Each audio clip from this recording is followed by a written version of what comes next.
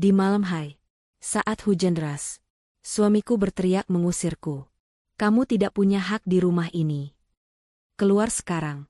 Dia mendorongku keluar dan mengunci pintu rumah. Membiarkanku di luar hanya dengan mengenakan piyama yang tipis. Tapi dia tidak sadar, tetangga yang menolong istrinya malam itu adalah pemilik perusahaan tempat dia bekerja. Dan besok pagi, dia akan menerima kejutan paling menyakitkan dalam hidupnya. Karena, sebelum ceritanya dimulai, silahkan tulis di kolom komentar dari daerah mana saja teman-teman yang menonton cerita ini. Jangan lupa like dan subscribe agar channel ini bisa semakin berkembang dan bisa mempersembahkan cerita yang lebih menarik lagi.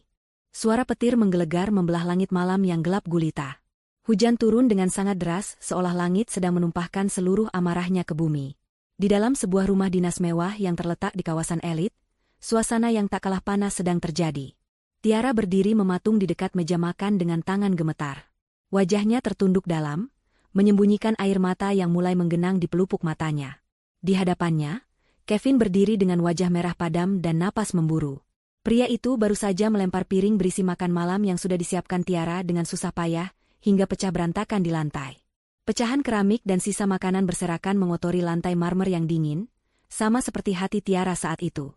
Kevin menatap istrinya dengan tatapan penuh kebencian yang tidak ditutup-tutupi. Ia merasa muak melihat Tiara yang hanya mengenakan piyama panjang sederhana dan kerudung instan rumahan. Bagi Kevin yang jabatannya sedang menanjak di perusahaan besar, penampilan Tiara sangatlah memalukan. Ia membandingkan istrinya dengan wanita-wanita karir yang modis di kantornya, terutama Cynthia, rekan kerjanya yang selalu tampil sempurna dengan pakaian bermerek dan riasan wajah yang tebal. Kevin merasa Tiara tidak sepadan dengannya. Ia merasa Tiara hanyalah benalu yang menumpang hidup di rumah dinas yang ia dapatkan dari hasil kerja kerasnya sebagai manajer pemasaran. Kevin melangkah maju mendekati Tiara dan mencengkeram lengan wanita itu dengan kasar. Tiara meringis kesakitan namun ia tidak berani melawan. Kevin mulai memaki dengan kata-kata yang tajam dan menyakitkan hati. Ia mengatakan bahwa Tiara tidak berguna dan hanya bisa menghabiskan uangnya. Padahal Tiara sangat hemat dan jarang sekali meminta uang belanja lebih. Kevin terus menghina penampilan Tiara yang tertutup. Menurut Kevin, hijab yang dikenakan Tiara membuatnya terlihat kuno dan tidak menarik untuk diajak ke pesta kantor atau pertemuan bisnis. Kevin merasa malu memiliki istri seperti Tiara.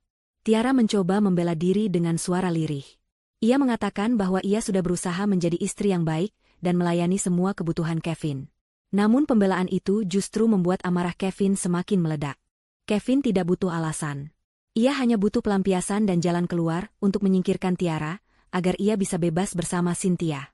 Kevin menarik paksa lengan Tiara dan menyeretnya menuju pintu depan.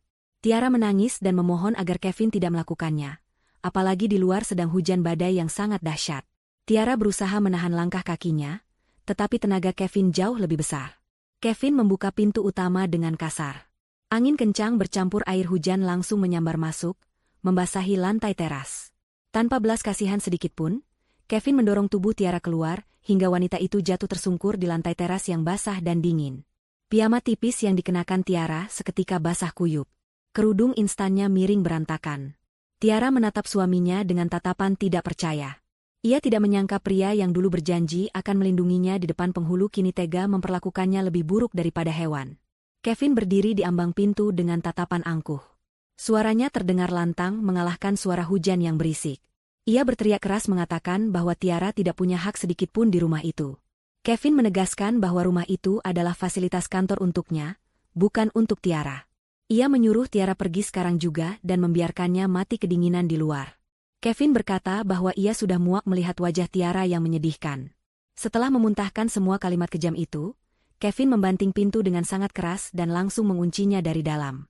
Suara kunci yang berputar terdengar seperti vonis mati bagi Tiara. Tiara tertinggal sendirian di luar. Tubuhnya menggigil hebat karena hawa dingin yang menusuk tulang. Giginya gemeletup. Ia mencoba bangkit dan mengetuk pintu, berharap hati Kevin akan luluh. Ia memanggil nama Kevin berkali-kali, memohon agar dibukakan pintu setidaknya sampai hujan reda. Namun tidak ada jawaban. Lampu ruang tamu justru dimatikan, tanda bahwa Kevin benar-benar tidak peduli. Tiara merasa dunia runtuh menimpanya. Ia tidak membawa dompet, ponsel, atau jaket tebal. Ia benar-benar tidak punya tempat tujuan. Rasa putus asa mulai merayapi hatinya. Ia duduk memeluk lutut di sudut teras, menangis terseduh-seduh di bawah guyuran hujan yang semakin deras. Saat Tiara merasa hidupnya sudah berakhir, tiba-tiba terdengar suara pagar berdecit dari rumah sebelah. Tiara menoleh perlahan dengan mata yang buram karena air mata. Di tengah kegelapan malam dan tirai hujan, ia melihat sesosok tubuh berdiri di perbatasan pagar rumah. Itu adalah Ibu Ratmi, tetangga sebelah rumah yang selama ini dikenal pendiam dan jarang bersosialisasi. Ibu Ratmi berdiri tegak memegang payung hitam besar. Wajah tuanya terlihat samar di bawah lampu jalan, namun matanya menatap tajam ke arah rumah Kevin. Ibu Ratmi melangkah mendekati pagar pembatas yang rendah. Di tangannya yang lain, ia mendekap sebuah selimut tebal yang kering. Tiara merasa malu terlihat dalam kondisi menyedihkan seperti itu oleh tetangganya. Ia berusaha menyembunyikan wajahnya.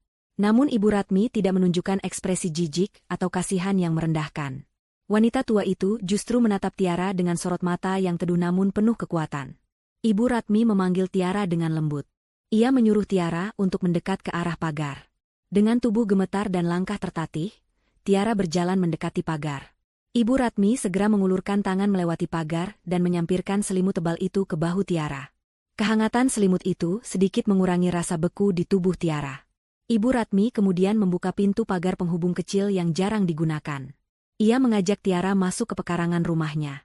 Ibu Ratmi berkata dengan suara yang tenang namun tegas, melarang Tiara untuk merendahkan diri di depan orang yang tidak tahu bersyukur. Kata-kata itu menohok hati Tiara. Tiara menurut. Ia melangkah masuk ke halaman rumah Ibu Ratmi.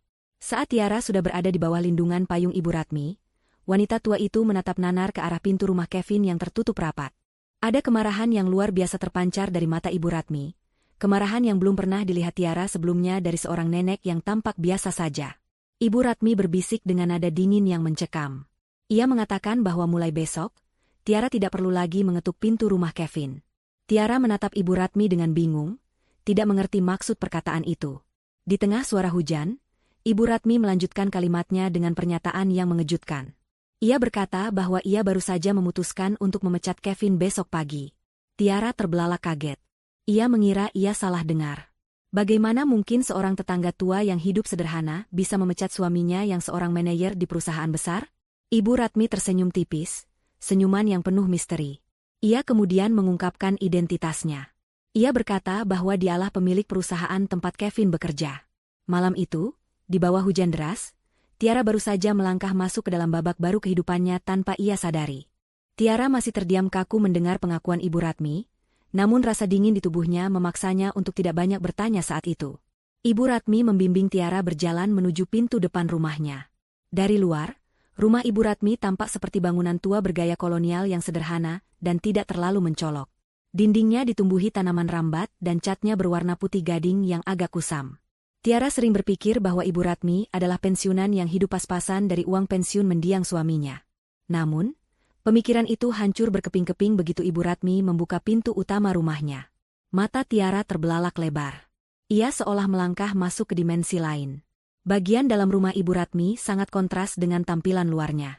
Interior rumah itu sangat mewah, elegan, dan berkelas. Lantainya terbuat dari marmer kualitas terbaik yang mengkilap memantulkan cahaya lampu kristal gantung yang megah. Dindingnya dihiasi lukisan-lukisan asli yang tampak sangat mahal. Perabotannya bergaya klasik Eropa dengan ukiran rumit yang dilapisi emas. Udara di dalam rumah terasa hangat dan berbau harum, sangat berbeda dengan badai dingin di luar sana. Seorang pelayan wanita berseragam rapi segera datang menghampiri mereka dengan sikap sangat hormat. Pelayan itu menunduk dalam di hadapan Ibu Ratmi, menyapanya dengan sebutan Nyonya Besar. Ibu Ratmi dengan sigap memerintahkan pelayan tersebut untuk menyiapkan kamar mandi air hangat, pakaian ganti yang bersih, dan secangkir coklat panas untuk Tiara. Pelayan itu mengangguk patuh dan segera berlalu melaksanakan perintah tanpa banyak bertanya. Tiara merasa canggung berdiri di tengah kemewahan itu dengan pakaian basah yang meneteskan air ke lantai mahal tersebut. Ibu Ratmi menyadari kegugupan Tiara. Ia tersenyum lembut dan menepuk bahu Tiara, menyuruhnya untuk tidak sungkan. Ia berkata bahwa rumah ini adalah tempat yang aman dan Tiara boleh menganggapnya sebagai rumah sendiri. Tiara dibawa ke sebuah kamar tamu yang luasnya, bahkan lebih besar dari kamar utama di rumah dinas Kevin. Kamar itu memiliki fasilitas lengkap layaknya hotel bintang 5. Setelah membersihkan diri dan berganti dengan pakaian rumah yang hangat dan sopan yang disediakan pelayan, Tiara merasa jauh lebih baik secara fisik, meskipun hatinya masih hancur lebur. Tiara kemudian diajak duduk di ruang keluarga yang nyaman. Di sana, Ibu Ratmi sudah menunggu sambil duduk di sofa kulit yang tampak empuk. Di atas meja tersaji coklat panas dan beberapa camilan. Tiara duduk dengan ragu-ragu di hadapan Ibu Ratmi. Pertanyaan besar di kepalanya tidak bisa ditahan lagi. Dengan suara hati-hati, Tiara bertanya apakah benar apa yang dikatakan Ibu Ratmi di luar tadi tentang perusahaan tempat Kevin bekerja. Tiara takut kalau Ibu Ratmi hanya sedang berhayal atau mencoba menghiburnya. Ibu Ratmi meletakkan cangkir tehnya perlahan. Wajahnya berubah serius namun tetap tenang. Ia menatap Tiara lekat-lekat. Ibu Ratmi menjelaskan bahwa ia memang pemilik tunggal dari grup perusahaan raksasa tempat Kevin bekerja. Ia sengaja tidak mempublikasikan wajahnya di media, dan membiarkan manajemen perusahaan dijalankan oleh para direktur kepercayaannya. Ia memilih hidup menyepi di rumah tua ini karena ingin ketenangan, sekaligus untuk mengawasi aset-aset propertinya secara langsung, termasuk komplek perumahan elit ini yang ternyata seluruhnya adalah miliknya. Tiara ternganga tak percaya. Jadi selama ini, Kevin yang selalu sombong dan membanggakan jabatannya, sebenarnya bekerja untuk tetangga sebelah rumah yang sering ia abaikan. Ibu Ratmi melanjutkan ceritanya. Ia berkata bahwa ia sudah lama memperhatikan perilaku Kevin. Awalnya, ia ikut bangga melihat ada karyawan muda yang potensial tinggal di sebelahnya. Namun lama-kelamaan, ia melihat ketidakberesan. Ia sering mendengar suara bentakan Kevin, melihat Tiara yang sering menangis diam-diam saat menjemur pakaian, dan puncaknya adalah malam ini. Ibu Ratmi berdiri dan berjalan menuju sebuah lemari kaca besar di sudut ruangan. Ia mengambil sebuah map tebal dan meletakkannya di depan Tiara. Itu adalah dokumen kepemilikan aset. Ibu Ratmi membuka halaman yang menunjukkan sertifikat rumah dinas yang ditempati Kevin. Di sana tertulis jelas nama pemiliknya, Ratmi Pertiwi. Ibu Ratmi menunjuk nama itu dan berkata dengan nada tegas bahwa Kevin lupa di tanah siapa dia berpijak. Pria itu sudah bersikap arogan di atas properti milik orang yang justru ia remehkan. Ibu Ratmi kemudian menceritakan sebuah fakta yang lebih mengejutkan. Ia berkata bahwa alasan Kevin bisa naik jabatan dengan cepat bukan semata-mata karena prestasinya, tetapi karena Ibu Ratmi diam-diam memberikan rekomendasi pada direksi. Ibu Ratmi melakukan itu karena ia kasihan melihat Tiara yang hidup sederhana. Ia berharap jika gaji Kevin naik, Kevin akan memanjakan istrinya. Namun ternyata Ibu Ratmi salah besar. Uang dan jabatan justru membuat Kevin menjadi monster. Kevin malah menggunakan uang itu untuk berselingkuh dan merendahkan Tiara. Mendengar itu, air mata Tiara kembali menetes. Ia merasa sangat bodoh dan naif. Selama ini ia mengira Kevin stres karena beban kerja, ternyata suaminya memang berwatak buruk. Ibu Ratmi menggenggam tangan Tiara erat. Ia berkata bahwa kesalahan Kevin malam ini tidak bisa diampuni. Mengusir istri di tengah badai adalah tindakan biadab. Ibu Ratmi berjanji akan mengambil kembali semua yang pernah ia berikan kepada Kevin. Jabatan, fasilitas, harga diri, semuanya akan ditarik kembali esok hari. Sementara itu, di rumah sebelah, Kevin sedang duduk santai menikmati kopi sambil menonton televisi. Ia merasa sangat puas dan lega. Akhirnya beban hidupnya hilang. Ia membayangkan besok Cynthia akan datang dan rumah ini akan terasa lebih hidup dan berkelas. Kevin tersenyum sinis mengingat wajah Tiara yang basah kuyup di luar sana. Ia berpikir Tiara pasti sudah lari pulang ke kampung halamannya atau menumpang di pos satpam.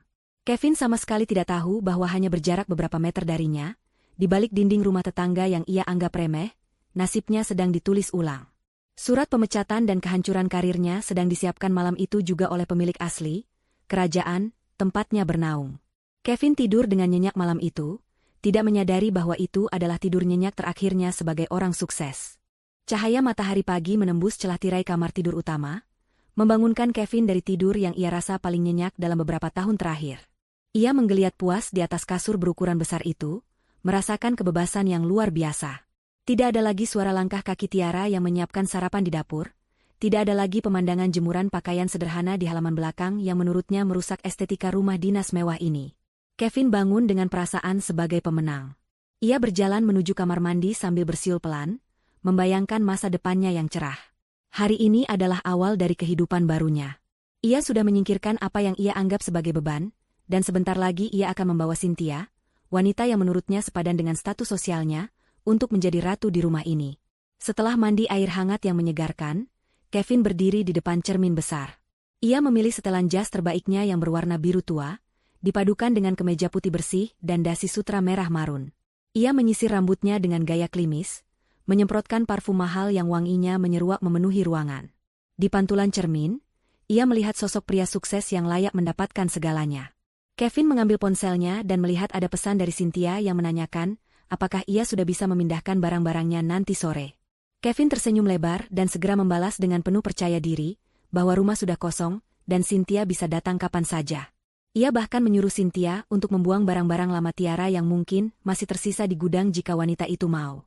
Kevin berangkat ke kantor mengendarai mobil sedan dinasnya dengan kecepatan sedang, menikmati pemandangan kota yang sibuk. Sepanjang perjalanan, ia terus memikirkan skenario indah di kepalanya. Ia yakin hari ini ia akan dipanggil oleh direksi. Desas-desus tentang promosi jabatan General Manager sudah beredar sejak minggu lalu, dan Kevin merasa dialah satu-satunya kandidat yang pantas. Prestasi penjualannya bulan lalu memuaskan, dan ia merasa punya koneksi yang kuat. Sesampainya di lobi gedung pencakar langit tempatnya bekerja, Kevin berjalan dengan dagu terangkat. Ia mengabaikan sapaan satpam dan resepsionis, merasa bahwa menyapa bawahan hanyalah membuang waktu. Ia melangkah masuk ke dalam lift khusus eksekutif, menekan tombol lantai paling atas dengan jari yang mantap. Begitu pintu lift terbuka di lantai manajerial, suasana terasa sedikit berbeda dari biasanya. Para staf yang biasanya sibuk mengobrol atau mengetik, tiba-tiba terdiam saat melihat Kevin lewat.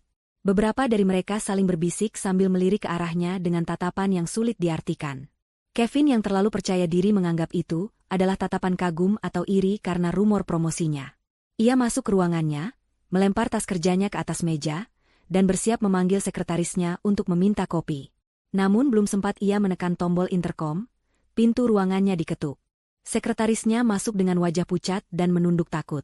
Wanita itu memberitahu bahwa Kevin ditunggu di ruang rapat direksi utama sekarang juga. Jantung Kevin berdebar kencang karena kegirangan. Ia berpikir bahwa momen penobatannya telah tiba. Ia segera merapikan dasinya dan berjalan menuju ruang rapat dengan langkah lebar. Ia membayangkan di dalam sana para direktur akan menyalaminya, memberinya selamat, dan menawarinya paket gaji baru yang fantastis. Kevin membuka pintu ruang rapat ganda yang berat itu dengan senyum lebar yang sudah ia siapkan. Namun, senyum itu perlahan memudar ketika ia melihat siapa saja yang ada di dalam ruangan tersebut. Suasana di dalam sangat dingin, jauh lebih dingin dari suhu pendingin ruangan. Di ujung meja panjang, duduk Pak Burhan, Direktur HRD yang terkenal tegas dan jarang tersenyum. Di sebelahnya ada dua orang pria berjas hitam yang Kevin kenali sebagai tim legal perusahaan. Tidak ada kue perayaan, tidak ada jabat tangan hangat. Pak Burhan menatap Kevin dengan tatapan tajam di balik kacamatanya. Ia mempersilakan Kevin duduk dengan gerakan tangan yang kaku. Kevin mulai merasa ada yang tidak beres. Keringat dingin mulai merembes di punggungnya. Ia mencoba berbasa-basi menanyakan agenda pertemuan mendadak ini, namun Pak Burhan langsung memotongnya dengan meletakkan sebuah amplop coklat tebal di hadapan Kevin. Pak Burhan berkata dengan suara datar dan formal, bahwa manajemen perusahaan telah melakukan evaluasi menyeluruh terhadap kinerja dan etika Kevin.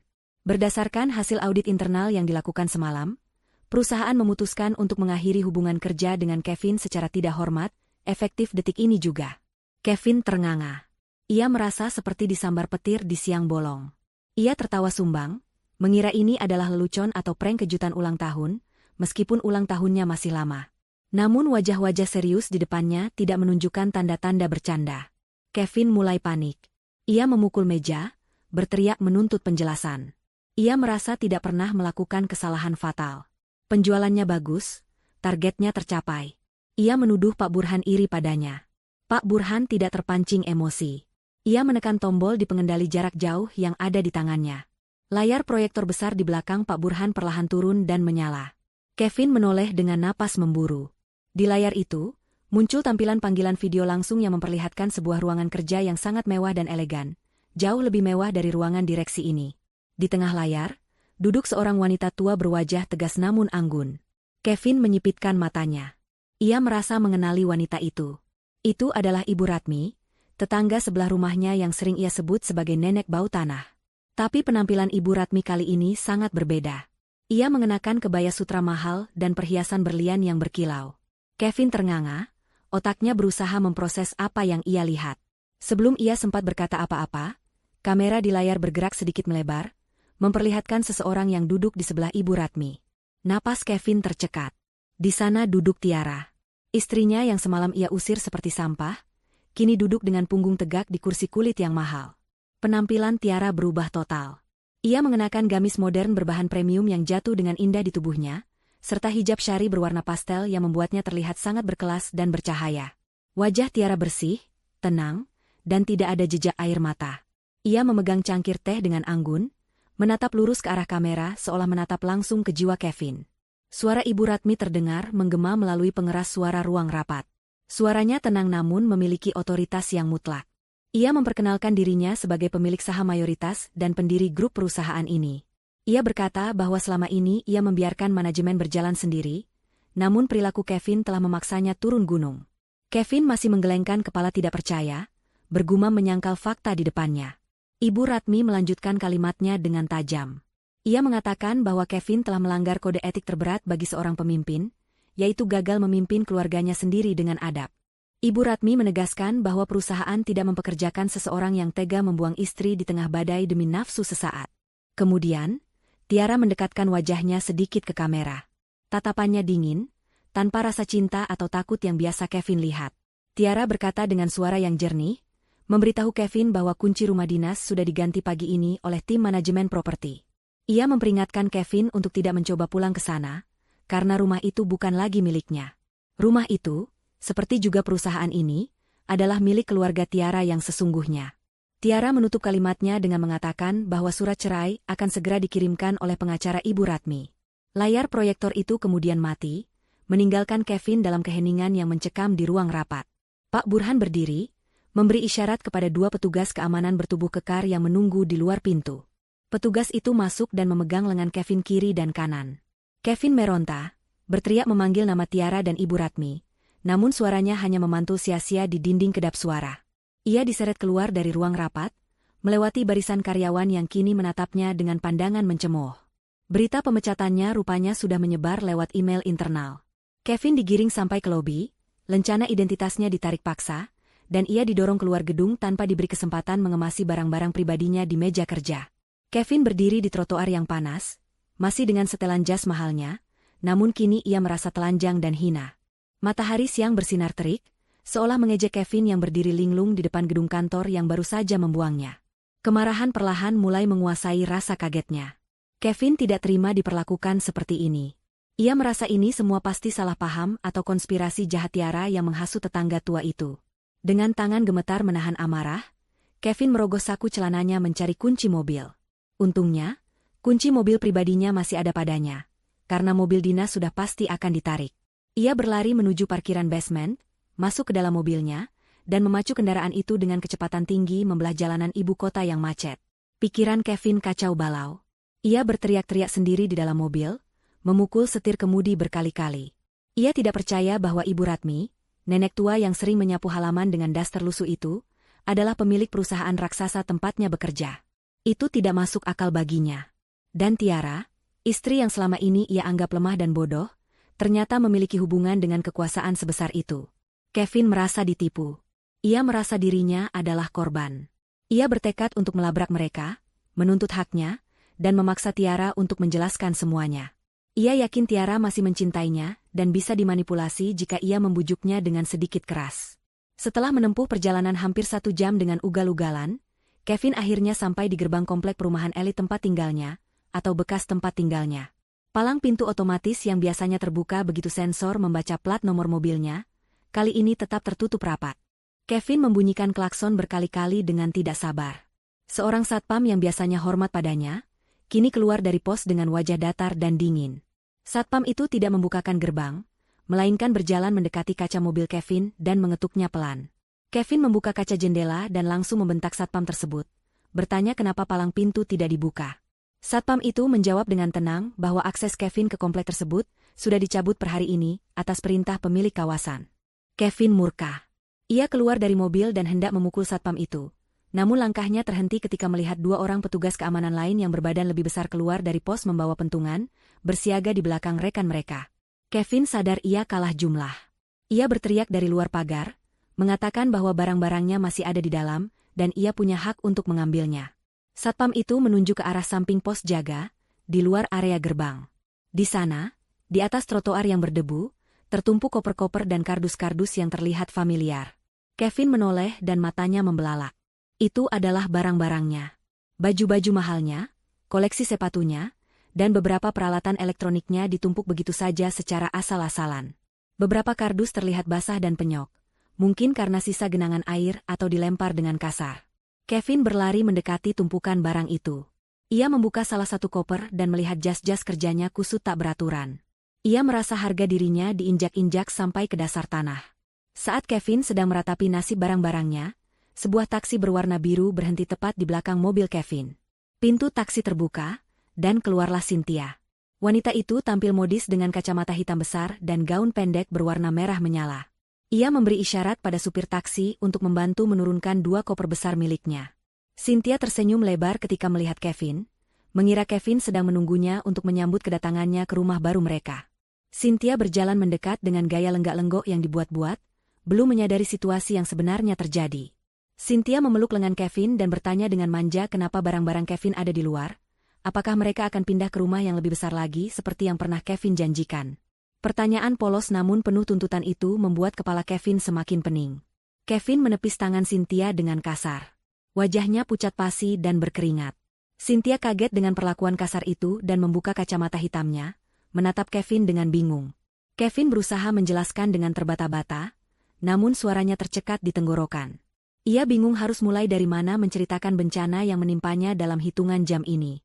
Belum sempat Kevin menyusun kalimat, satpam tadi kembali mendekat. Kali ini ia berbicara pada Cynthia. Satpam itu memberitahu dengan nada tegas bahwa Kevin bukan lagi penghuni komplek ini, dan siapapun yang bersamanya dilarang masuk. Cynthia melongo. Ia menatap Kevin menuntut penjelasan. Kevin akhirnya mengaku dengan suara lirih bahwa ia baru saja dipecat dan diusir dari rumah dinas. Ia mengatakan bahwa ada kesalahpahaman besar dengan perusahaan. Wajah Cynthia berubah drastis dalam sekejap. Senyum manjanya hilang, berganti dengan tatapan jijik dan tidak percaya. Ia memandang tumpukan barang Kevin yang menyedihkan di trotoar, lalu memandang Kevin yang kini terlihat seperti pecundang yang berkeringat dan putus asa. Impian Cynthia untuk tinggal di rumah mewah dan menjadi istri manajer musnah seketika. Tanpa basa-basi, Cynthia langsung berbalik badan menuju taksinya yang belum sempat pergi jauh. Kevin berusaha menahannya, memohon agar Cynthia tetap bersamanya dan memberinya dukungan. Kevin berjanji akan mencari pekerjaan lain secepatnya. Cynthia menepis tangan Kevin dengan keras. Ia berkata dengan ketus bahwa ia tidak tertarik hidup susah dengan pengangguran. Ia mengatakan bahwa ia mau bersama Kevin karena Kevin bisa memberinya kemewahan, bukan drama pengusiran seperti ini. Cynthia masuk kembali ke dalam taksi dan memerintahkan supir untuk pergi, meninggalkan koper-kopernya yang belum sempat dimasukkan lagi. Namun Cynthia tidak peduli, ia lebih memilih kehilangan koper daripada harus terjebak dengan Kevin yang sudah jatuh miskin. Taksi itu melaju pergi, meninggalkan debu yang menerpa wajah Kevin. Kevin berdiri terpaku di pinggir jalan. Di sebelah kirinya adalah gerbang komplek mewah yang kini tertutup selamanya baginya, tempat di mana Tiara mungkin sedang melihatnya dari kejauhan dengan segala kenyamanannya. Di sebelah kanannya adalah tumpukan barang-barangnya yang seperti sampah. Dan di depannya, jalanan kosong tempat wanita yang ia banggakan baru saja mencampakannya begitu saja. Kevin jatuh terduduk di aspal. Ia meraung marah, memaki nasib, namun tidak ada yang mendengarnya kecuali angin panas dan satpam yang menatapnya dengan pandangan dingin tanpa belas kasihan. Hukuman atas kesombongannya baru saja dimulai, dan itu terasa sangat menyakitkan. Cahaya matahari pagi yang hangat menyelinap masuk melalui celah tirai sutra yang tebal, membangunkan Tiara dari tidur panjangnya. Selama beberapa saat, Tiara merasa bingung ketika membuka matanya. Langit-langit kamar yang tinggi dengan ukiran gipsum yang indah bukanlah pemandangan yang biasa ia lihat setiap pagi. Kasur yang empuk dan selimut sehalus awan membuatnya enggan untuk bergerak. Perlahan, ingatan tentang kejadian malam sebelumnya kembali membanjiri pikirannya. Teriakan Kevin, hujan deras yang dingin, pengusiran yang menyakitkan, dan kebaikan hati Ibu Ratmi yang tak terduga. Tiara bangkit duduk, menyadari bahwa ini bukan mimpi.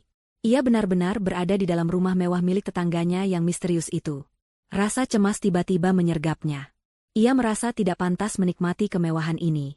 Ia hanyalah seorang istri yang dibuang, wanita biasa yang tidak memiliki apa-apa.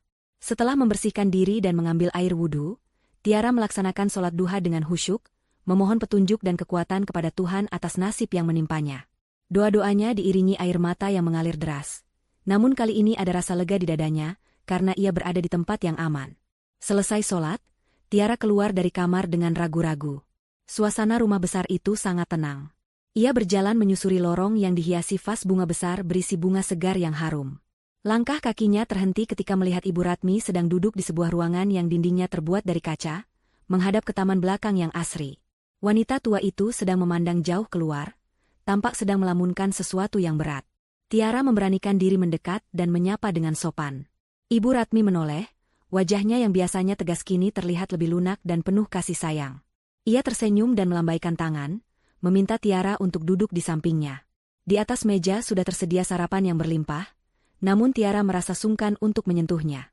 Ibu Ratmi menuangkan teh hangat untuk Tiara dan memulai pembicaraan. Ia bertanya apakah tidur Tiara nyenyak semalam. Tiara mengangguk dan mengucapkan terima kasih berulang kali atas pertolongan Ibu Ratmi. Namun, ada satu pertanyaan yang mengganjal di hati Tiara yang tidak bisa ia tahan lagi. Dengan suara pelan, Tiara bertanya mengapa Ibu Ratmi melakukan semua ini untuknya. Mengapa seorang pemilik konglomerasi besar mau repot-repot menolong tetangga yang tidak penting sepertinya, bahkan sampai memecat karyawan demi membelanya. Ibu Ratmi meletakkan cangkir tehnya perlahan.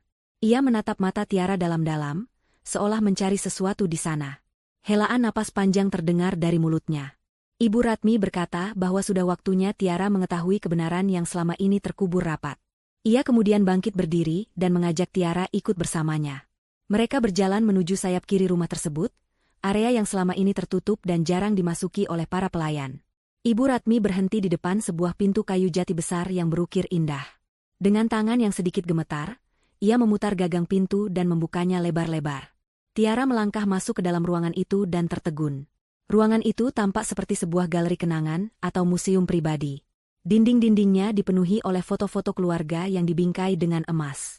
Di tengah ruangan, terdapat sebuah lukisan besar yang menggambarkan sepasang suami istri muda yang sedang menggendong bayi perempuan. Tiara merasa jantungnya berhenti berdetak sesaat. Wajah wanita dalam lukisan itu sangat mirip dengan wajahnya sendiri saat bercermin. Mata, hidung, bahkan senyumannya, semuanya serupa. Tiara melangkah mendekat seolah terhipnotis.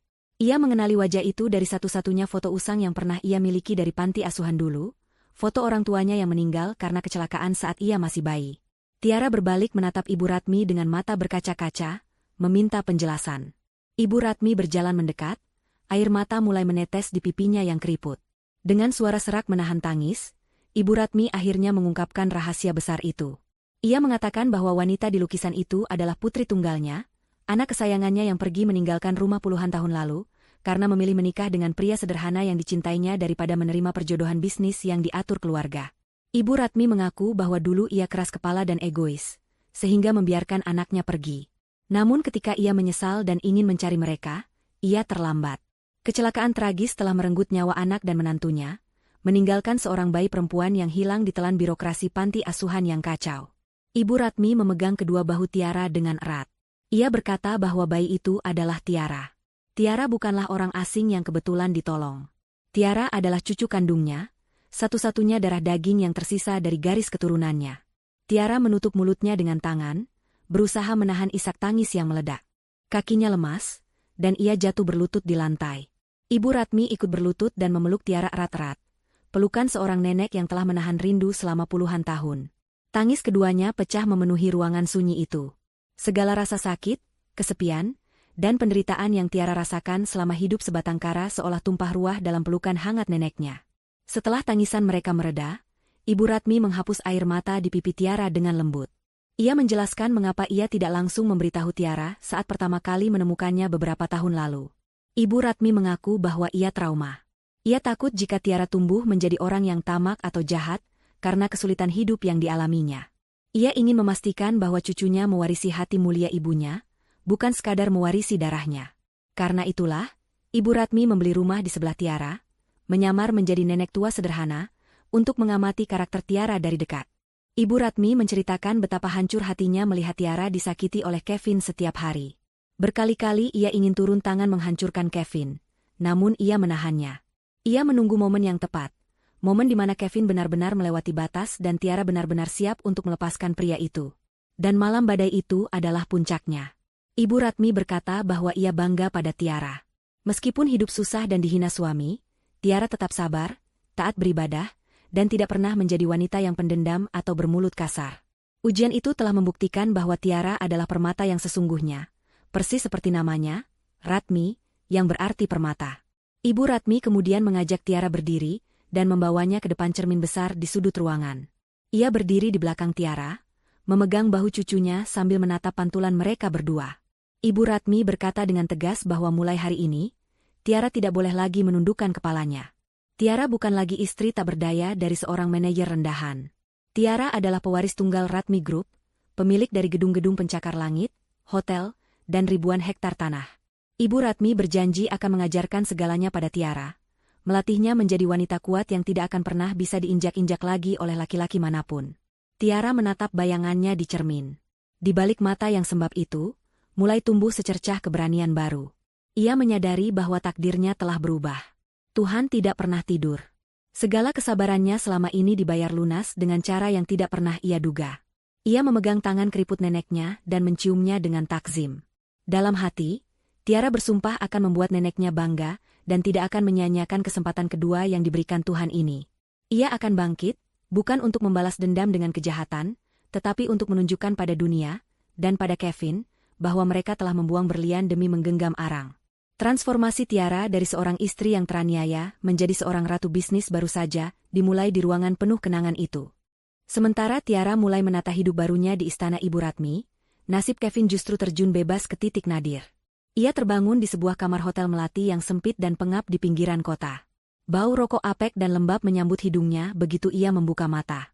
Suara bising kendaraan dari jalan raya terdengar jelas karena dinding kamar yang tipis, membuatnya tidak bisa tidur nyenyak semalaman.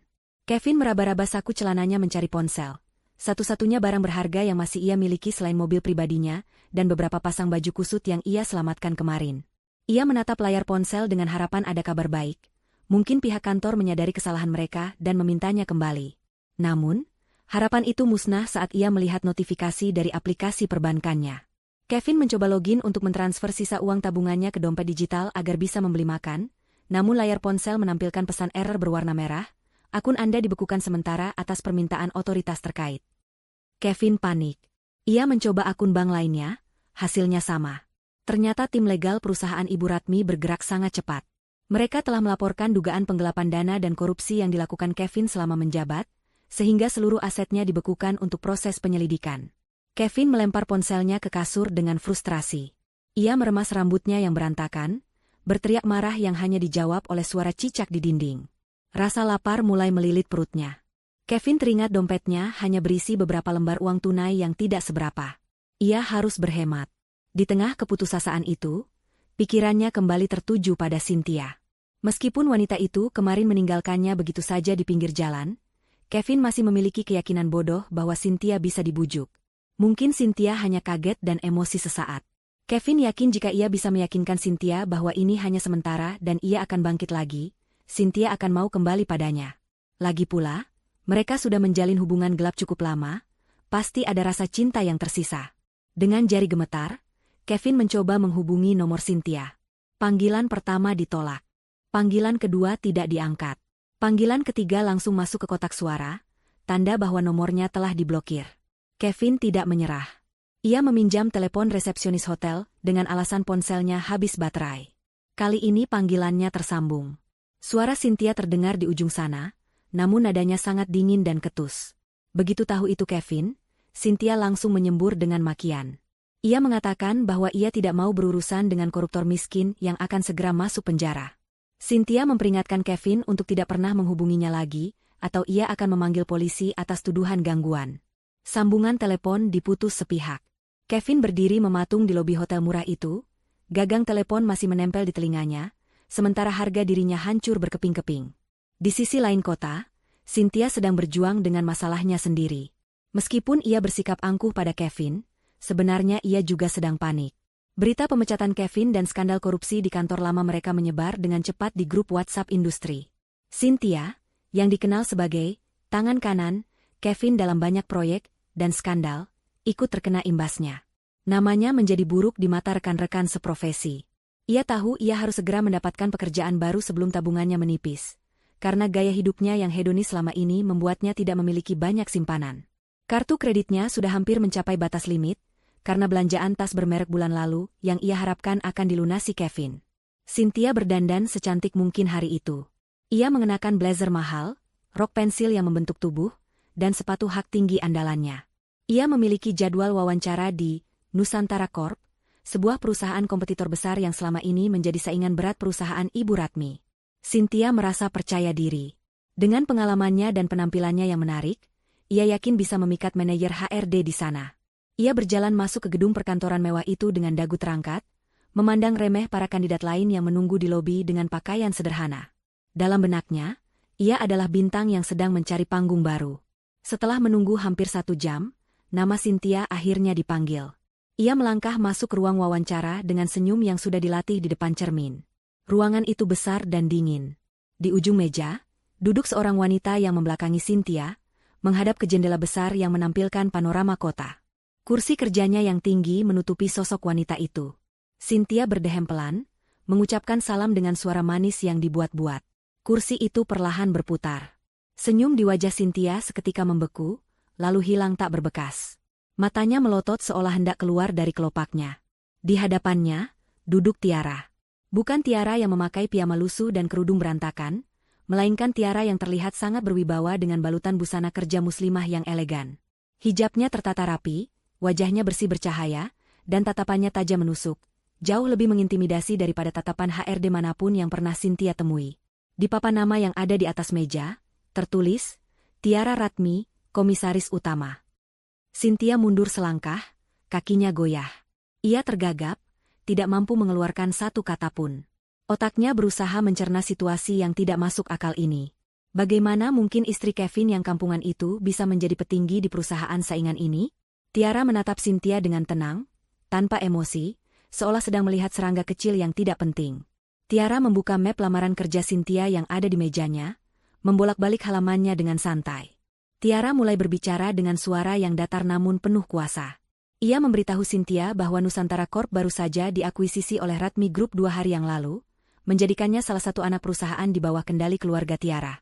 Jadi, secara teknis, Cynthia sedang melamar kerja di perusahaan milik Tiara. Cynthia merasa lututnya lemas. Ia ingin lari keluar dari ruangan itu, tapi kakinya terpaku di lantai. Rasa malu yang luar biasa menjalar dari ujung kaki hingga ke ubun-ubun. Tiara menutup map lamaran kerja Cynthia dan melemparkannya pelan ke tengah meja. Ia menatap lurus ke mata Cynthia yang ketakutan. Tiara berkata bahwa secara kemampuan teknis, mungkin Cynthia memenuhi syarat. Namun, perusahaan ini memiliki standar moral yang sangat tinggi. Tiara mengatakan bahwa ia tidak bisa mempekerjakan seseorang yang memiliki hobi merusak rumah tangga orang lain dan meninggalkan pasangannya saat sedang susah. Kalimat itu menampar Cynthia lebih keras daripada tamparan fisik. Cynthia mencoba membela diri, mengatakan bahwa itu urusan pribadi dan ia butuh pekerjaan ini secara profesional. Namun Tiara menggeleng pelan. Ia berkata bahwa karakter seseorang terlihat dari bagaimana ia memperlakukan orang lain di saat krisis, dan Cynthia telah gagal dalam ujian karakter itu. Tiara menekan tombol intercom di mejanya dan memanggil security.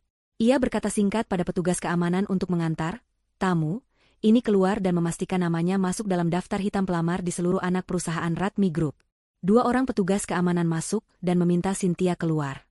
Cynthia mencoba memohon, harga dirinya runtuh seketika karena bayangan tagihan kartu kredit yang menumpuk.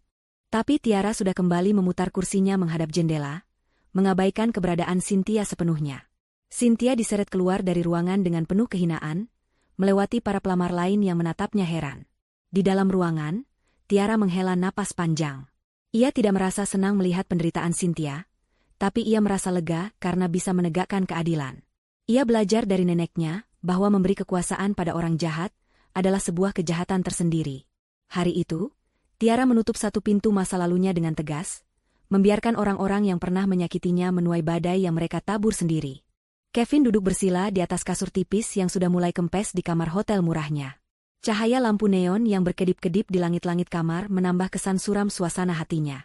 Sudah 3 hari ia terkurung di ruangan sempit itu, bersembunyi dari kenyataan pahit yang menimpanya. Uang tunai di dompetnya semakin menipis, hanya cukup untuk membeli mie instan dan air mineral botolan selama beberapa hari ke depan. Rasa lapar dan putus asa mulai menggerogoti akal sehatnya. Ia merasa dunia tidak adil padanya. Ia merasa dijebak oleh Ibu Ratmi dan dikhianati oleh Tiara. Kebencian di hatinya semakin membara, mengubah rasa bersalah menjadi keinginan untuk menghancurkan balik orang-orang yang ia anggap telah merusak hidupnya. Kevin merasa ia tidak boleh kalah begitu saja. Ia harus melakukan sesuatu untuk membalikan keadaan, atau setidaknya menyeret Tiara jatuh bersamanya ke dalam lumpur kehinaan. Dengan tangan gemetar namun penuh tekad, Kevin mengambil ponsel pintarnya. Ia membuka aplikasi media sosial dan mulai menyusun rencana licik. Ia merapikan rambutnya sedikit, namun sengaja membiarkan wajahnya terlihat kusu dan matanya merah agar terlihat menyedihkan. Ia mengatur pencahayaan kamar agar terlihat remang-remang dan dramatis. Kevin menekan tombol rekam video. Detik itu juga, ia mengubah ekspresinya menjadi sosok suami yang teraniaya dan saleh. Dengan suara serak yang dibuat-buat, Kevin mulai bercerita di depan kamera. Ia mengarang cerita bohong yang sangat meyakinkan. Ia mengatakan bahwa ia baru saja diusir oleh istrinya yang selingkuh dengan seorang pria kaya raya. Kevin memposisikan dirinya sebagai korban kejamnya dunia materialistis. Dalam video berdurasi 5 menit itu, Kevin menumpahkan air mata buaya. Ia menyebut nama Tiara dengan nada penuh kecewa.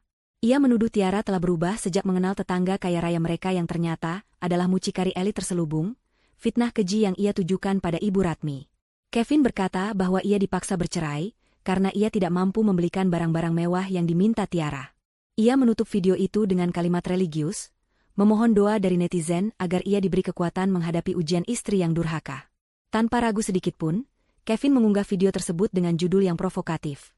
Diusir istri karena miskin, harga diri suami diinjak-injak demi harta. Seperti api yang disiram bensin, video tersebut meledak dalam hitungan jam. Algoritma media sosial yang menyukai drama langsung mengangkat video Kevin ke halaman utama. Ribuan komentar mulai membanjiri unggahan tersebut. Netizen yang tidak tahu fakta sebenarnya langsung tersulut emosinya. Mereka menghujat Tiara habis-habisan. Kolom komentar dipenuhi caci maki kasar.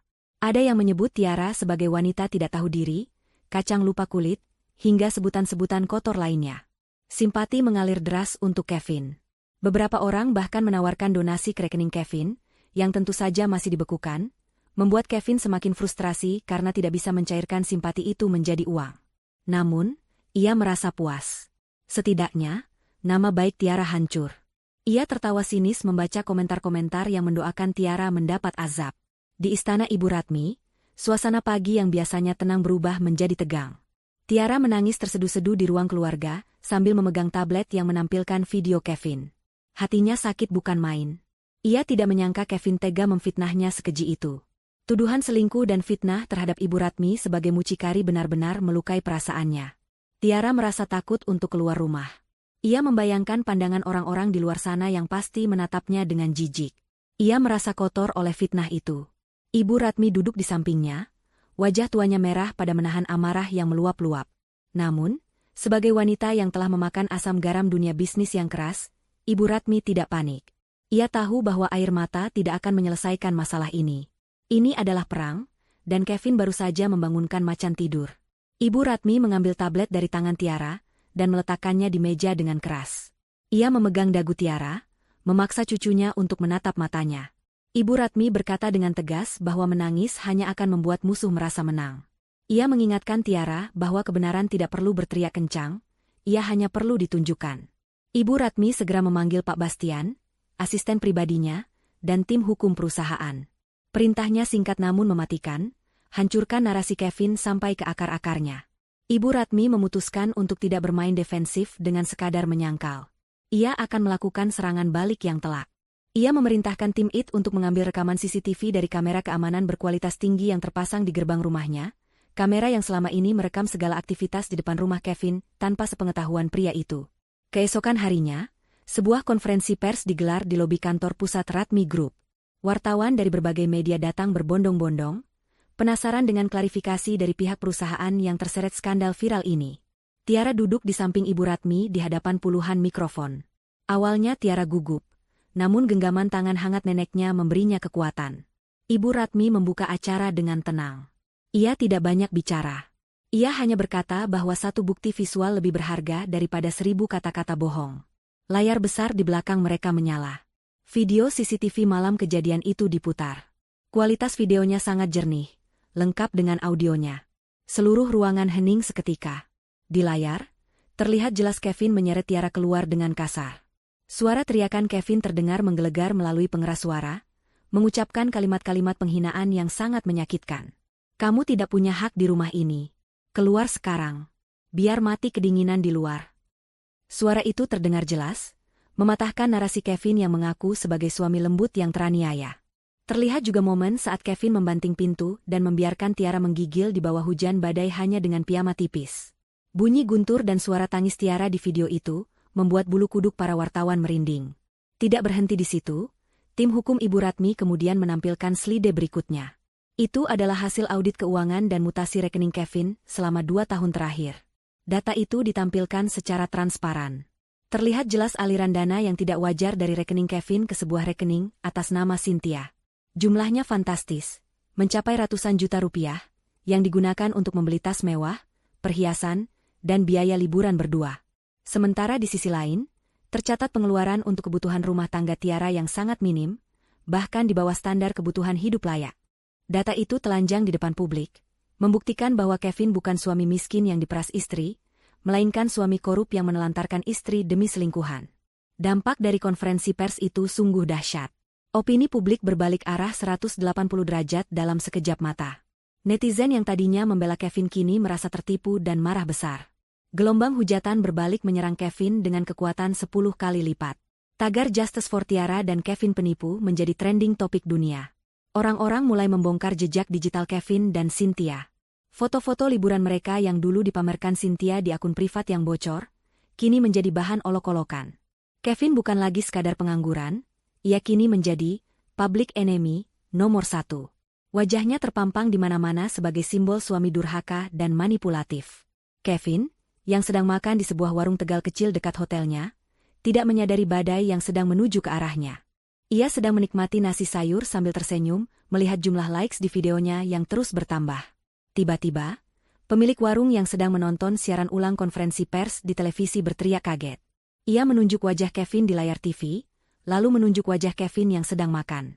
Beberapa pelanggan lain langsung berdiri, menatap Kevin dengan tatapan penuh kebencian. Sadar situasinya berbahaya, Kevin mencoba kabur. Namun, teriakan, penipu, dan suami zalim mengejarnya. Seseorang melempar gelas plastik ke arahnya. Kevin lari terbirit-birit kembali ke hotelnya, mengunci pintu, dan gemetar ketakutan. Saat ia membuka ponselnya, ia melihat ribuan pesan ancaman dan makian. Video kebohongannya telah menjadi senjata makan tuan yang paling mematikan. Ia tidak hanya kehilangan karir dan harta, kini ia kehilangan tempat untuk bersembunyi di muka bumi ini. Di balik jendela kamar hotel yang kotor, Kevin menangis, kali ini tangisan ketakutan yang sesungguhnya, menyadari bahwa ia benar-benar tamat. 1 tahun berlalu sejak badai malam itu. Musim telah berganti, begitu pula dengan nasib manusia yang menjalaninya.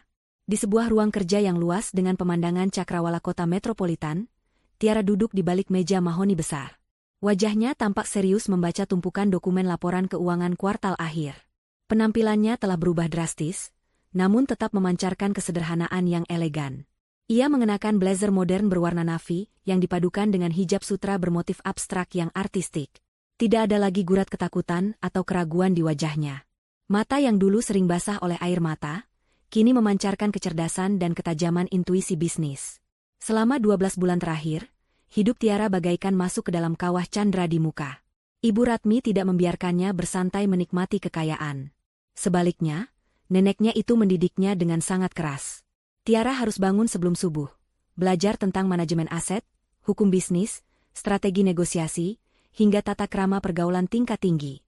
Siangnya, ia magang di berbagai divisi perusahaan, mulai dari gudang hingga ruang rapat direksi, agar ia memahami denyut nadi bisnis dari akar hingga pucuk. Malam harinya, ia masih harus membaca buku-buku ekonomi dan kepemimpinan. Ada kalanya Tiara merasa lelah dan ingin menyerah. Tapi setiap kali ia mengingat wajah meremehkan Kevin dan Cynthia, semangatnya kembali membara. Ia ingin membuktikan bahwa ia bukan sekadar pewaris yang beruntung, tapi pemimpin yang layak. Transformasi Tiara bukan hanya soal penampilan fisik atau intelektual, tapi juga mental. Ia belajar untuk berkata, tidak, tanpa rasa bersalah. Ia belajar membedakan mana kawan yang tulus dan mana penjilat yang hanya mengincar hartanya. Ibu Ratmi sering berkata padanya, menjadi baik itu wajib, tapi menjadi lemah itu pilihan. Dan di dunia bisnis, kelemahanmu adalah makanan bagi serigala. Kalimat itu terpatri dalam hati Tiara. Kini, ia bisa memimpin rapat dengan para direktur pria yang usianya jauh di atasnya tanpa rasa canggung. Suaranya yang lembut kini memiliki wibawa yang membuat orang segan untuk membantah tanpa argumen kuat. Sementara Tiara sedang terbang tinggi, Kevin sedang merangkak di dasar jurang. Hidupnya hancur lebur setelah skandal video viral itu. Tidak ada satupun perusahaan yang mau mempekerjakannya. Namanya sudah masuk daftar hitam di semua industri. Teman-temannya menjauh seolah ia mengidap penyakit menular. Uang tabungannya habis tak bersisa untuk membayar denda hukum dan ganti rugi perusahaan. Mobilnya disita, barang-barang mewahnya dijual murah untuk menyambung hidup. Kevin kini tinggal di sebuah kamar kos petak di gang sempit yang kumuh. Tubuhnya kurus kering, wajahnya terlihat jauh lebih tua dari usianya karena stres berkepanjangan. Untuk bisa makan, Kevin terpaksa bekerja apa saja. Ia pernah menjadi kuli panggul di pasar, namun diusir karena fisiknya tidak kuat. Akhirnya, ia diterima bekerja di sebuah perusahaan penyalur tenaga kebersihan, outsourcing, dengan gaji harian yang sangat kecil. Ironisnya, pekerjaan ini sering membawanya kembali ke gedung-gedung perkantoran tempat ia dulu pernah berjalan dengan angkuh sebagai manajer. Namun kini, ia masuk lewat pintu belakang, mengenakan seragam oranye lusuh, dan menunduk menghindari tatapan orang. Rasa malunya sudah mati rasa karena tertimbun oleh rasa lapar yang lebih mendesak. Malam ini adalah malam yang besar bagi Ratmi Group. Perusahaan merayakan ulang tahun ke-50 sekaligus momen bersejarah pengumuman CEO baru yang akan menggantikan Ibu Ratmi yang memutuskan untuk pensiun dan menjadi komisaris saja. Pesta diadakan di Grand Ballroom Hotel Bintang 5 termewah di ibu kota. Ribuan tamu undangan dari kalangan elit bisnis, pejabat, dan selebriti hadir dengan pakaian terbaik mereka. Lampu kristal raksasa menggantung di langit-langit, memantulkan cahaya ke segala penjuru ruangan yang didekorasi dengan ribuan bunga mawar putih asli. Suasana sangat megah dan penuh kemewahan. Kevin ada di sana malam itu, tapi bukan sebagai tamu. Ia adalah salah satu dari puluhan petugas kebersihan yang disewa untuk menjaga kebersihan area pesta. Tugasnya adalah memungut gelas kotor dan membersihkan tumpahan makanan di lantai. Ia mengenakan seragam cleaning service yang ukurannya sedikit kebesaran, topi menutupi sebagian wajahnya, dan masker kesehatan yang wajib dipakai. Ia berjalan menunduk di antara para tamu yang tertawa renyah, sambil memegang gelas sampanye. Bau parfum mahal para tamu menusuk hidung Kevin, mengingatkannya pada masa lalunya yang gemilang. Hatinya perih melihat kemewahan ini. Dulu, ia adalah bagian dari dunia ini. Sekarang, ia hanyalah bayangan yang tidak terlihat, hantu masa lalu yang menyedihkan. Tiba-tiba, lampu ruangan meredup. Musik orkestra yang megah mulai beralun, menandakan acara puncak akan dimulai. Seorang pembawa acara terkenal naik ke atas panggung dan meminta perhatian hadirin. Sorot lampu spotlight mengarah ke tangga utama yang melengkung indah di sisi ballroom. Pembawa acara dengan suara lantang mengumumkan, "Hadirin sekalian, sambutlah CEO baru Ratmi Group, penerus tunggal keluarga pendiri, Ibu Tiara Ratmi."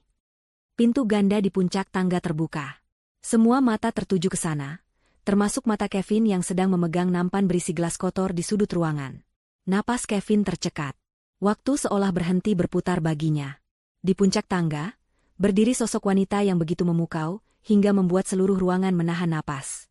Itu adalah Tiara. Ia mengenakan gaun malam panjang berwarna merah marun yang sopan namun sangat mewah, dirancang khusus oleh desainer ternama.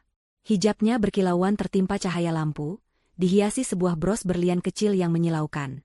Tiara menuruni tangga dengan langkah anggun dan penuh percaya diri. Senyumnya terkembang, ramah namun berjarak, senyum seorang ratu yang menyapa rakyatnya.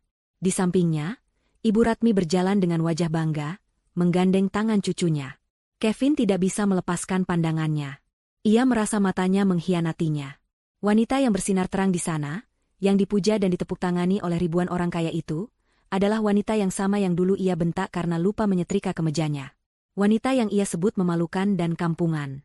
Kini, jarak di antara mereka bukan lagi sekadar tangga ballroom, melainkan jurang perbedaan nasib yang tak terukur dalamnya. Tiara sampai di panggung dan mulai memberikan pidato sambutannya. Suaranya terdengar jernih dan cerdas melalui sistem suara canggih, membahas visi masa depan perusahaan dan komitmen sosial. Setiap kalimat yang diucapkannya menunjukkan kelas dan intelektualitas yang tinggi. Kevin gemetar hebat. Kakinya lemas melihat kenyataan di depan matanya. Rasa penyesalan yang teramat sangat menghantam dadanya seperti palu godam. Ia menyadari betapa bodohnya ia. Ia telah membuang berlian demi menggenggam kerikil, dan kini berlian itu telah menjadi bintang yang tak mungkin lagi ia gapai. Tanpa sadar, tangan Kevin yang berkeringat kehilangan cengkeramannya. Nampan logam berisi tumpukan gelas kaca kotor itu terlepas dari tangannya. Prang! Suara pecahan gelas yang nyaring memecah keheningan di sela-sela pidato Tiara. Bunyi gaduh itu menarik perhatian orang-orang di sekitarnya. Beberapa tamu menoleh dengan tatapan terganggu. Petugas keamanan segera bergerak mendekat. Di atas panggung, Tiara menghentikan pidatonya sejenak karena suara gaduh itu. Ia menoleh ke arah sumber suara di sudut ruangan yang remang-remang. Matanya menyipit sedikit, berusaha melihat apa yang terjadi. Pandangan mereka bertemu selama 1 detik yang terasa seperti 1 abad. Kevin, yang berdiri kaku dengan seragam kotor di tengah pecahan gelas, dan Tiara, yang berdiri tegak di atas panggung dengan gaun merah megahnya. Kevin melihat mata Tiara. Tidak ada kemarahan di sana, tidak ada kebencian. Yang ada hanyalah tatapan datar. Tatapan orang asing yang melihat sesuatu yang tidak penting, lalu berpaling kembali menatap audiensnya dan melanjutkan pidato seolah tidak terjadi apa-apa. Bagi Kevin, ketidakpedulian itu jauh lebih menyakitkan daripada tamparan. Tiara bahkan tidak lagi menganggapnya cukup berharga untuk diperhatikan. Supervisor kebersihan datang dengan wajah marah, menarik kerah baju Kevin kasar, dan menyeretnya keluar dari ballroom lewat pintu samping sambil memaki-maki atas keteledorannya. Kevin pasrah diseret keluar seperti sampah. Sementara di dalam sana, tepuk tangan meriah kembali membahana menyambut akhir pidato sang ratu baru. Pintu ballroom tertutup, memisahkan Kevin selamanya dari cahaya kemewahan yang dulu pernah ia miliki. Pesta perayaan ulang tahun perusahaan telah berakhir lewat tengah malam. Para tamu undangan mulai meninggalkan Grand Ballroom Hotel satu persatu, diantar oleh mobil-mobil mewah yang berjejer rapi di lobi utama. Cahaya lampu kamera wartawan masih berkerlap-kerlip menangkap momen para selebriti dan pengusaha yang pulang. Di sudut area parkir yang agak gelap dan tersembunyi di balik pilar beton besar, Kevin berjongkok dengan tubuh gemetar. Ia baru saja diusir lewat pintu belakang oleh supervisor kebersihan dan dipecat di tempat karena insiden gelas pecah tadi. Seragam oranyenya sudah dilucuti paksa. Kini ia hanya mengenakan kaos dalam yang kucel dan celana bahan tipis yang sudah robek di bagian lutut. Angin malam yang dingin menusuk kulitnya, mengingatkannya pada malam saat ia mengusir Tiara. Rasa dingin ini terasa familiar, namun kali ini dialah yang merasakannya. Kevin menolak untuk pergi. Akal sehatnya sudah tertutup oleh keputusasaan dan delusi yang akut. Di dalam kepalanya yang kacau, ia masih meyakini bahwa ia memiliki celah untuk kembali. Ia berpikir bahwa Tiara, wanita yang dulu ia kenal penurut dan lugu, pasti masih memiliki sisa-sisa cinta atau setidaknya rasa kasihan padanya. Kevin menyusun rencana darurat di otaknya. Ia akan menggunakan senjata terakhir yang dulu selalu ampuh untuk membungkam Tiara, manipulasi agama dan statusnya sebagai suami. Ia yakin Tiara sebagai wanita berhijab yang taat pasti akan luluh jika ia membawa-bawa dalil tentang kewajiban istri dan pintu maaf. Kevin berlatih merendahkan suaranya, memasang wajah paling memelas, dan menyiapkan air mata buatan. Ia menunggu dengan sabar layaknya predator yang mengintai mangsa, meskipun kondisinya kini lebih mirip tikus got yang terjepit. Waktu yang ditunggu akhirnya tiba. Dari pintu kaca lobi hotel yang megah, rombongan pengawal berjas hitam keluar lebih dulu, membuka jalan dengan sigap. Di belakang mereka, berjalanlah Tiara dan Ibu Ratmi, diiringi oleh Pak Bastian dan beberapa asisten. Tiara tampak lelah namun tetap anggun, sesekali tersenyum menanggapi ucapan neneknya. Mereka berjalan menuju sebuah mobil sedan limosin hitam mengkilap yang sudah menunggu dengan mesin menyala. Kevin tahu ini adalah satu-satunya kesempatannya. Jika Tiara masuk ke mobil itu, ia akan kehilangan akses selamanya. Dengan nekat, Kevin berlari keluar dari persembunyiannya. Ia menerobos barisan keamanan dengan tenaga sisa-sisa kepanikan. Beberapa pengawal terkejut melihat pria kurus dekil yang tiba-tiba melesat ke arah CEO mereka. Sebelum pengawal sempat membantingnya, Kevin sudah menjatuhkan dirinya di atas aspal keras tepat di depan kaki Tiara. Ia bersujud mencium ujung sepatu hak tinggi Tiara, menangis meraung-raung dengan suara yang sengaja dikeraskan agar menarik perhatian orang-orang di sekitar lobi. Kevin berteriak memanggil nama Tiara, memohon ampun dengan histeris. Ia menyebut dirinya pendosa, menyebut dirinya suami yang hilaf, dan meminta Tiara membukakan pintu hati seluas samudera. Suasana di lobi hotel seketika menjadi hening dan tegang. Para pengawal hendak menyeret Kevin menjauh, namun Tiara mengangkat tangan kanannya, memberi isyarat agar mereka berhenti sejenak. Tiara menatap pria yang sedang bersujud di kakinya itu. Dulu, ia pasti akan ikut berlutut, menangis, dan memohon agar Kevin tidak marah. Dulu, pria ini adalah pusat semestanya, sosok imam yang ia takuti sekaligus ia hormati. Namun malam ini, saat melihat punggung Kevin yang gemetar di bawah sana, Tiara tidak merasakan apa-apa selain rasa iba yang dingin. Iba melihat seseorang yang begitu mencintai dunianya, hingga lupa cara menjadi manusia.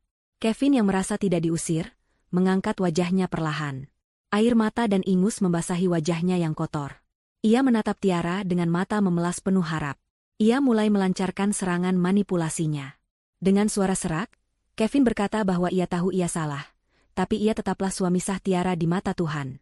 Ia mengingatkan Tiara bahwa istri yang baik tidak boleh menelantarkan suaminya yang sedang kesusahan. Ia berkata bahwa Tuhan saja Maha Pemaaf, masa Tiara sebagai hambanya tidak mau memaafkan. Kevin bahkan berjanji akan berubah, akan menjadi imam yang baik, dan membimbing Tiara lagi menuju surga, asalkan Tiara mau menerimanya kembali dan memberinya kesempatan kedua, serta akses ke fasilitas hidup yang layak tentunya. Tiara menghela napas panjang, hembusan napas yang seolah melepaskan beban bertahun-tahun. Ia memandang Kevin tepat di manik matanya. Dengan suara yang tenang, rendah, namun sangat tegas dan berwibawa, Tiara memotong ocehan Kevin. Ia berkata bahwa seorang imam itu tugasnya melindungi makmumnya dari api, bukan melempar makmumnya ke dalam badai. Tiara mengingatkan Kevin tentang malam itu. Saat Kevin mendorongnya keluar ke dalam hujan yang membekukan, saat itu juga Kevin telah menghancurkan pondasi rumah tangga mereka dengan tangannya sendiri. Tiara menegaskan bahwa hak Kevin sebagai suami sudah gugur detik itu juga, saat ia lebih memilih menjaga ego dan selingkuhannya daripada nyawa istrinya. Tiara berjongkok perlahan, bukan untuk sejajar dengan Kevin, tapi agar suaranya bisa terdengar lebih jelas di telinga pria itu. Ia berbisik bahwa agama hadir untuk memuliakan manusia, bukan untuk dijadikan tameng bagi pelaku kezaliman. Tiara berkata ia sudah memaafkan Kevin sebagai sesama manusia, karena ia tidak mau menyimpan dendam yang menjadi penyakit hati. Namun, untuk kembali bersama atau memberi Kevin akses ke hidupnya lagi, itu adalah hal yang mustahil. Pintu itu sudah tertutup rapat dan kuncinya sudah dibuang ke laut lepas. Tiara menegaskan bahwa harga dirinya terlalu mahal untuk dibeli dengan air mata palsu dan dalil yang dipelintir. Kevin ternganga mendengar jawaban Tiara. Ia tidak menyangka Tiara bisa bicara setajam itu. Ia mencoba meraih tangan Tiara, tapi Tiara sudah berdiri tegak kembali. Tiara menoleh ke arah Pak Bastian dan memberikan sebuah amplop putih yang sejak tadi dipegang asistennya. Tiara melemparkan amplop itu ke hadapan Kevin.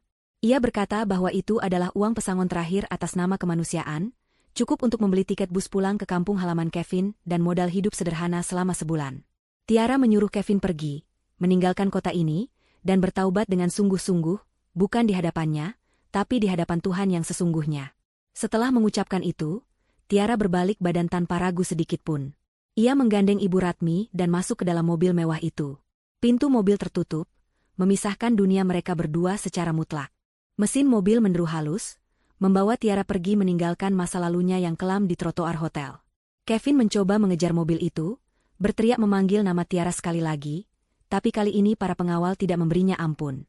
Dua orang berbadan besar menyeret Kevin dengan kasar, membawanya menjauh dari area hotel dan melemparnya ke jalanan umum yang gelap.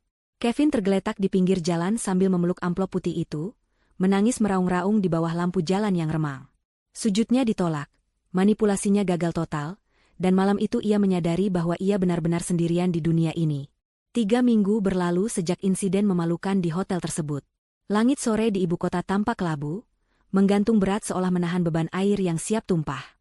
Di sebuah kamar kos sempit di gang tikus yang becek, Kevin sedang melamun menatap kipas angin yang berputar lemah.